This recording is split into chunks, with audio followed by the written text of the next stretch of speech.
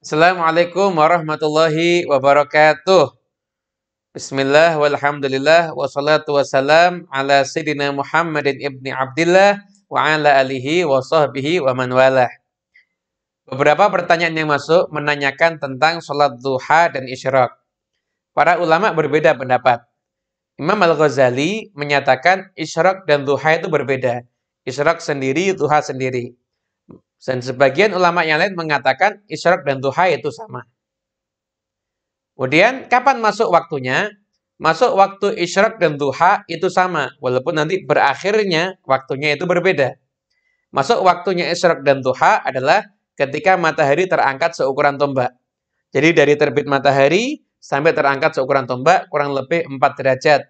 Per derajatnya itu 4 menit. Berarti kurang lebih 16 menit dari jadwal terbit matahari, maka kita sudah diperbolehkan untuk mengerjakan sholat isyraq, begitu juga sholat duha. Namun berakhirnya waktu itu berbeda. Berakhirnya waktu isyraq ketika matahari sudah semakin terangkat tinggi. Kemudian sudah mulai panas, maka berakhir sholat isyraq. Dan berakhirnya sholat duha adalah ketika tergelincirnya matahari. Makanya Anda yang berada di wilayah Indonesia bagian barat, maka jam 10 pagi Anda boleh mengerjakan sholat duha. Kenapa? Belum zuhur. Jam 11 Anda boleh mengerjakan sholat duha. Kenapa? Karena belum masuk waktu zuhur. Sholat duha dan isyraq mempunyai fadilah yang luar biasa. Dalam hadis yang diriwayatkan oleh Imam Ahmad, Allah Subhanahu wa taala berfirman dalam hadis qudsi, "Ibna Adam, shallili min awwalin nahar arba'a raka'atin akfika akhirah." Wahai anak cucu Adam, sholatlah kamu untukku 4 rakaat di awal hari, yaitu ketika pagi, maka aku akan mencukupimu sampai akhir hari.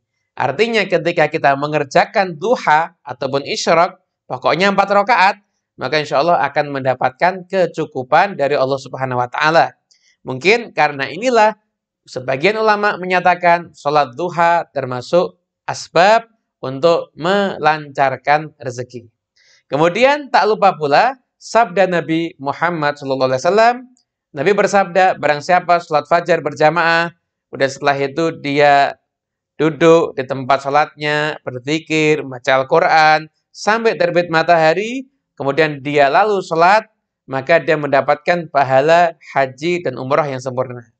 Oleh karena itu, apabila Anda sampai matahari terangkat seukuran tombak, Anda masih bangun, maka laksanakan sholat isyraq, kemudian laksanakanlah sholat duha. Namun, apabila Anda setelah sholat subuh, Anda tertidur, Anda baru bangun jam 9 pagi atau jam 10 pagi, maka kerjakanlah saja sholat duha, usahakan sekalipun minimal 2 rakaat, namun usahakan 4 rakaat kita kerjakan, agar kita mendapatkan kecukupan dari Allah Subhanahu wa Ta'ala. Semoga yang singkat ini bermanfaat. Wassalamualaikum warahmatullahi wabarakatuh.